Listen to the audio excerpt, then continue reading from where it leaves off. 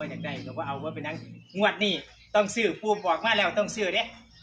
รัฐบาลให้เฮาต้องซื้อ3ตัวแตก3ตัวตรงๆลอตเตอรี่ก็ได้ทีเด็ดประกาศอยู่จังหวัดบึงกาฬ1 มิถุนายนปี 2568รับทรัพย์ก้อนโตชุด5 ใบ 30 ล้านให้ไปซื้อตรงๆไม่ต้องกลับผู้ว่าต้องกลับซื้อ3 ตัวไม่ต้องกลับค่ะ3 ตัวนี้เตรียมรับทรัพย์ได้เลยบ่ค่ะที่แอดมินเฮาไอเอฟซีแตกแน่ผู้มั่นใจเขาสิแตกหรือเขาแตกเขาบุญแล้วแตก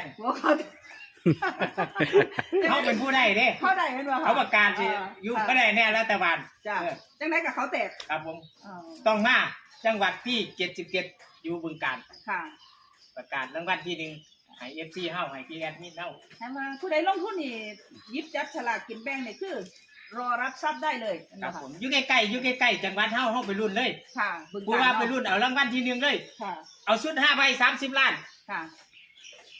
แล้วนี้ออกสักชิดมั่นใจซ้ำใดค่ะงวดนี้คือว่า3 ตัวนี้บ่ต้องกลับผู้มั่นใจค่ะบ่แม่นออกสักชิดนั่นบ่ค่ะ